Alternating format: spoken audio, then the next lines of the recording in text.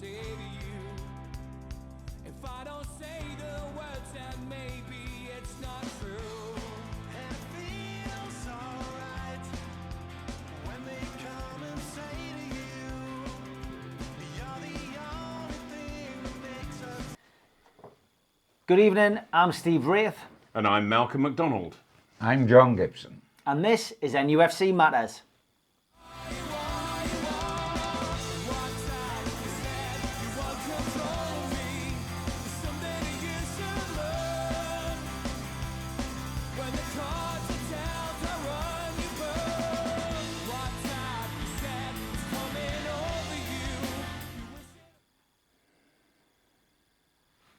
Hi lads, how are you doing?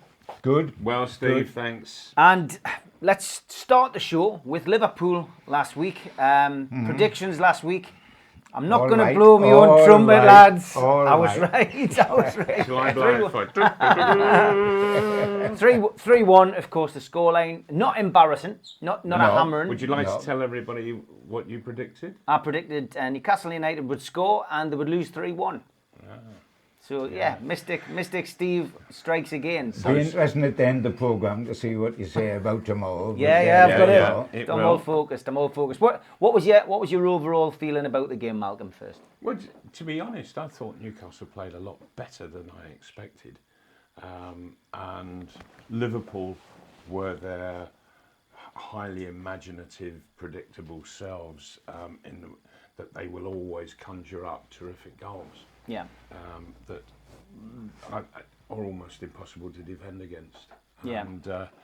And so I don't think that anybody at Newcastle should get down about it. Mm-hmm. I think Liverpool is such an exceptional side that Newcastle, in all honesty, did really well against. Yeah, 100%. Gibbo? I think the only surprise of the hour and a half was that we took the lead in 7 minutes. I don't think we were expecting that whatsoever. Great goal as well, by the way. Wonderful goal. But I mean, if we're brutally honest, I don't know about you two boys, but I think every Geordie, all those in the stadium and watching on telly, didn't think Newcastle would get anything out of the game when we went 1-0 up. No, definitely. There was enough of the game left that Liverpool were going to do what Liverpool do. What I found absolutely ironic about the whole game is that, all right, Newcastle, for all Liverpool were fabulous, and they were in a wonderful attacking side, we made terrible mistakes defensively for the goals. The Swede, the right back on the first goal when the guy cut inside him. Atsu gives the ball away. The keeper goes in with his feet. Yeah. On the second goal, goes in with his feet where he should have gone in with his hands. Yeah.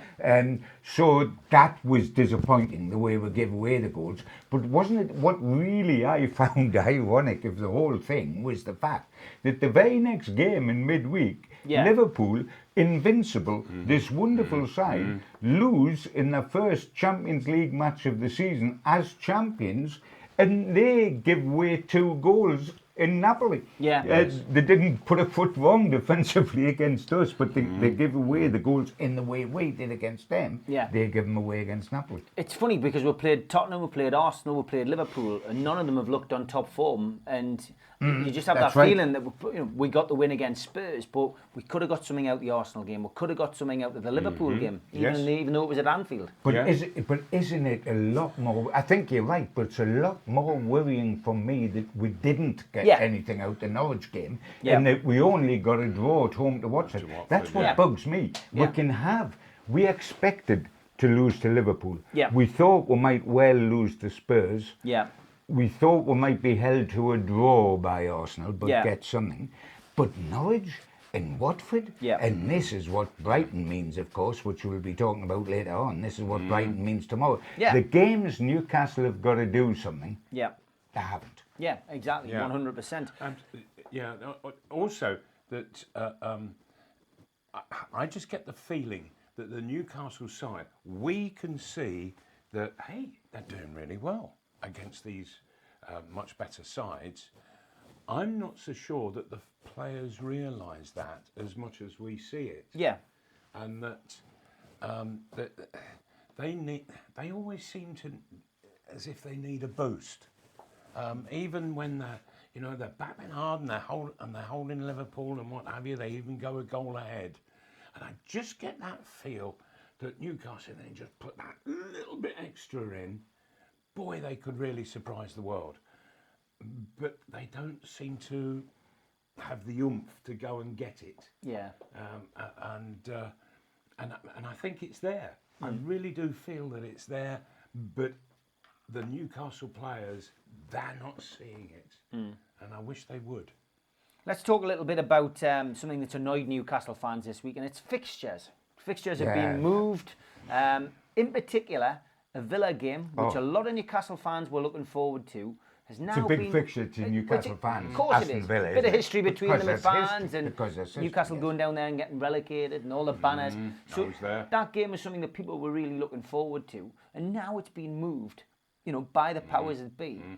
To an impossible, travel time for Newcastle fans, Monday. Oh, Monday night. I mean, it's horrendous. But, I mean, that's what's wrong with football now. Football is run by television companies. Yeah. Football is now run by, whatever the television companies want to do is all right with the Premier League or the FA or whatever, because so much money is generated from television. So if they want to play on the moon at midnight, that's fine. We'll play on the moon at midnight. I might go to that one. Well, I was going to say, well, Neil Armstrong got up there, didn't he? So why not?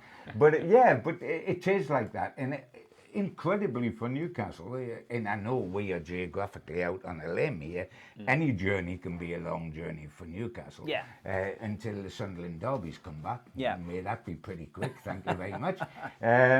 But it is horrendous. But it's almost inevitable. We're almost jinxed. That's going to happen. And it has happened yet again, and nobody will intervene whatsoever. I know the club can't do anything about it in terms of it's written in stone, but how much do the clubs want to do something about it with all the millions of pounds they're getting off the television companies? Hard lines, the poor old fans will have to put up with it. If this carries on, why don't you just play in an empty stadium and stick television cameras in it, and just it'll be a sport without crowds to watch on television. How much does it affect players, Malcolm? Because obviously you're getting into a routine, etc. Does it matter so much nowadays as it did in your day? I mean, that moving fixtures, you have to get into a different routine. It's a nighttime game, and you're usually maybe training on a Monday or it's a rest day, whatever. Is it? I always think that I always remember when I was managing Fulham, and I went to I went to a football gathering, and we were talking the game over, and Bertie Mee, who used to be the manager of Arsenal, he was at Watford, and he said the game of because I was making an application on behalf of Fulham Football Club that we should be able to play reserve matches whenever we wanted. And Bertie Mee was saying, football matches have always kicked off at 3 o'clock on a Saturday afternoon. That's when football is played, and we have to stick to 3 o'clock on a... And I said, I've got young kids that I'm bringing through. I want them to play on Thursday afternoon in the reserves, and then travel with me on the Friday with the first team. And maybe there'll be a sub. Maybe they'll even get an appearance in the first team, and they can play 2 games in 48 hours. There's no problem with youngsters. And so the argument has always gone on pretty much from there, because that was the first time that football started to move the fixtures about. And I think that professional footballers, they can go and play any time they like, because they can just completely prepare their week according to whenever it is they've got to kick off. Football clubs, that's their business. Of course, and they can get Malcolm, it organised. It doesn't affect the players, or it doesn't affect the club. Right. It affects the fans. Yeah.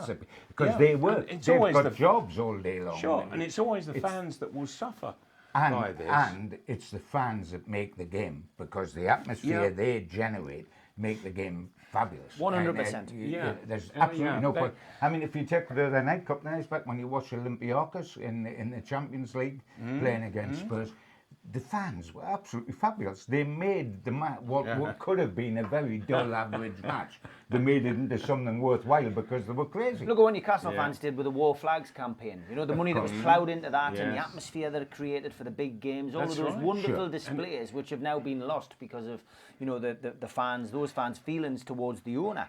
But that did make a difference. Terry Venables, along with a journalist, they wrote a novel together. Oh, I remember. Yeah.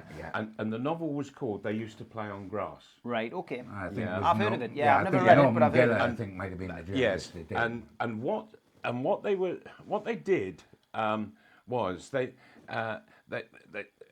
sort of predicted in the future that crowds would go around the sort of first 10 steps in the stadium, and the cameras, they would look at the pitch but never go above the 10th step. Yeah. So to that show empty stadium. Yes, and the rest of it was an empty stadium because television was ploughing money in and what have you. Well, and that was the perception back in the 1970s and the 1980s. And lo and behold, supporters haven't taken to television at all, that their love and faith in their local football clubs that have risen right above it, and they go in their hordes still to watch their clubs, even though it's televised. You can't beat watching a live game as opposed to television. Yeah, and they're not in any way respected for that, I don't feel. Perhaps we need to take fans into consideration in the way that the game is organised, but I'm afraid at the moment that fans are very much bottom of the list. This brings us nicely to attendances at Newcastle United. It's in James's Park, and to be fair, it's something we've already covered on NUFC Matters this season, which you can catch up on our YouTube channel. Interesting thing in the Chronicle this week: £300,000 a week is what Newcastle United are currently losing at the moment. Because of the size of the crowd. Because of the size of the crowd. So let's take the Brighton game tomorrow. 1,500 Brighton fans that bought tickets, leaving 1,500 spare. Yeah. 8,000 Newcastle United fans obviously have walked away, haven't renewed season tickets. So there's 8,000 spaces left at the ground. We could be looking... Lowest crowd of the season. Well, certainly the lowest crowd of the season, but could be one of the lowest crowds for maybe 20 years. And I mean, people are voting with their feet at the club. It's quite a fright, isn't it? The Watford game, I think we talked about it last week. The gaps in the ground are noticeable now. Sure, yes, they are. And to be honest, in all of those statistics that you've come up with, probably it's only the lack of £300,000 that will concern the owner. Yeah. That he'll just purely look at the financial and nothing else. 19 Premier League games means £6 million he's going to lose. But it's the fans saying there is something dreadfully wrong. Yeah. That should be the message that worries them more than the finances. That's is right. That we are actually driving loyal fans away. And I tell you what, as a Geordie myself, I can't believe that this is happening. And it takes something for Newcastle United fans, and enough is enough. Yeah. But it takes something for Newcastle United fans who care so passionately for their club to turn their back on their team, because it's not something that comes lightly. No. And that should be measured and realised by the club, because this can't go on. If what Mike Ashley says is correct, and he very rarely says anything, but he did say this time that I could be here for the long haul. After the last takeover collapse, I could be here for the long haul. Now, he's been here 10, 12 years already. If he's here for the long haul, then he cannot afford to ignore his own customers. You do that, and if you run a shop and you ignore your customers, the shop closes eventually. You've got to have your customers. You've got to consider them first and foremost. Yeah. And if this is to go on and on and on like this, you're going to erode Newcastle United. It's absolutely frightening. It's something I can't believe can continue, and yet I don't know the answer to it, apart from a change of ownership. Yeah, no, I agree 100%. Takes us nicely to the game tomorrow. Got a few little things to talk about before we come to doing the predictions. But the fact that Andy Carroll has been announced after last week saying he probably wouldn't be fit until maybe October. He's now going to be on the bench tomorrow. So Maxim's back as well. But Andy Carroll, is that a PR stunt to get these fans who aren't going to come back? Because a lot of people are excited to see Andy Carroll pull on the black and white. You call it PR stunt, I'll call it a miracle. because they were saying that he wasn't going to play until November. Yeah, that's right. You suddenly don't improve that much. To be Steve Bruce employed some kind of miracle worker, somebody with healing hands. I agree that all that doesn't make sense, but I don't think for one moment it's a PR stunt, because Steve Bruce can't afford a PR stunt. I mean, this fella, this fella has got a history of collapsing. I mean, if the wind blows the wrong way, he's injured. He's got a history of that. He hasn't played since the beginning of the year when he got the bad injury.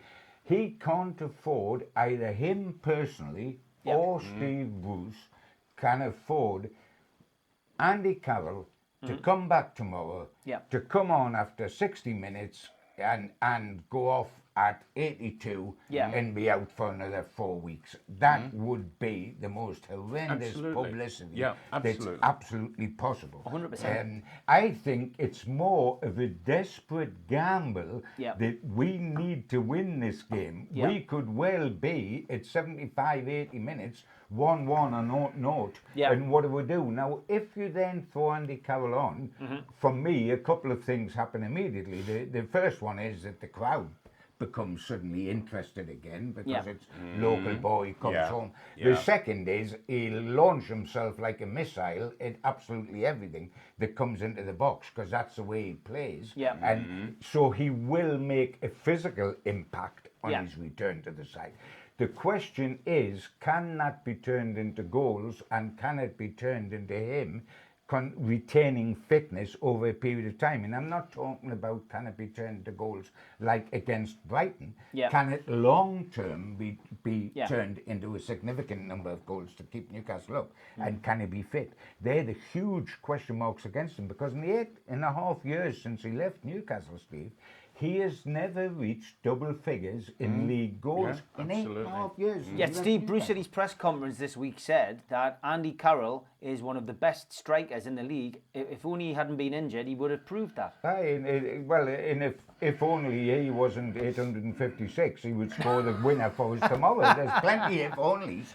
We've had a message from Petri on Facebook. He says he just hopes to see Andy Carroll on the pitch tomorrow. It would give the massive boost to the whole of our current squad. It's the way a lot of people feel about Andy Carroll. I'm not one of those people, but that's the way a lot of people feel. Yes, we've also had but we've got to know that he is absolutely fit and ready to go. But you'll never know that. If he's not, John, if he's carrying a bit of an injury, then I know for a fact that he will probably aggravate it and be out for another 6 or 8 weeks. Isn't he not, Malcolm, virtually always carrying a little bit of an injury? Of course he is. I know. That's the way his body is now. Also had a message from Rob, our sponsor. Thank you very much to UK Collection Services for sponsoring the show. He said he's watching live, he's very impressed, and he thinks there'll be less than 40,000 there tomorrow. So I would be expecting the same. I think it could be bordering on 39, 40,000. I think if it goes to 39, it's psychologically a big win for these protesters. The biggest attendance at St James's Park this season for a rugby union friendly before England went off to the World Cup. That's right. Could turn up 50,000. That could turn out with the possibility of, when they play a superstar side, them bringing so many people with them. Say Man United. But the biggest crowd at St James's Park, that would be incredible, wouldn't it? Yeah, would be for a rugby union friendly. Yeah. Steve Bruce says this is like a cup final, and there was a great article from your colleague Lee Ryder, who talked about big games, and once upon a time a big game to Newcastle United was a Champions League fixture against Barcelona, or it was a table-topping game against Manchester United when we were chasing the elusive Premier League title. Now it's Brighton. Now it's Brighton at home, and I mean, what does that say about our club? Well, it says an awful lot, but I would like to remind you, if I may, Steve, that Stevie Bruce did tell us he'd take it to a cup final. Yeah. And he's doing it in his 5th game or his 6th game. And bless him, he did say he would take the cup seriously, so we know it's going to be taken seriously. Yeah. Without that joke, Well, we're out of one of them, aren't we? it is sad. The big matches now, and they are the big matches. Yeah. I mean, Liverpool away wasn't a big match because we knew what the result was. Actually, we didn't know as much as you did, Steve. We didn't know it would be 3-1, but we knew that they wouldn't win. And therefore, that was a free hit, if you like. Yeah. And what has bothered me, and I come back to it, Malcolm, what's bothered me about this season is not that, we only lost by a goal to Arsenal and we've got a terrific result against Spurs and we didn't get humiliated against Liverpool. What bothers me is the cup finals, the matches we ought to get things out of. We don't beat Norwich, we get cuffed 3-0. We draw at home to Watford, who had lost every game they played, and still their board were furious enough to sack the manager straight afterwards because he didn't win up here. And now, having had Norwich and Watford, we'll play another similar side, Brighton. It is must win, no ifs or buts, because after that, away to Leicester, home to Manchester United, away to Chelsea. If we can't get 3 points against Brighton, how many of those 9 points are we going to get in the next game? And it's not a bad hunting ground for Brighton. I mean, last season, obviously it was a 1-0. Previous season before that, 0-0. So it's we won 2-0 the season before that, but it's a happy hunting ground for Brighton. They won the previous season. They'll think they can get something here. Yeah, 100%. Oh, for sure they will. Let's talk about players. No Longstaff. He's obviously still out of the team. Richie's still long term. Edlin's still not anywhere near fit. Sights of Dwight Gale at the training ground though. He's been back on the training pitch, looking as if he's starting to step up training and could be in the running in the next few weeks. I saw Howard Hughes and Shergar going down Northumberland Street. But obviously we've got Shaw's back in contention and St Maxim's back in as well. Yes. So yeah. I mean that's a positive. But on Dwight Gale, rather than play out Andy Carroll at the moment, who I don't think will be anywhere near fit enough, either with his injury or with actual training fitness. But Dwight Gale, I could see him being quite a sensation alongside Joe Linton.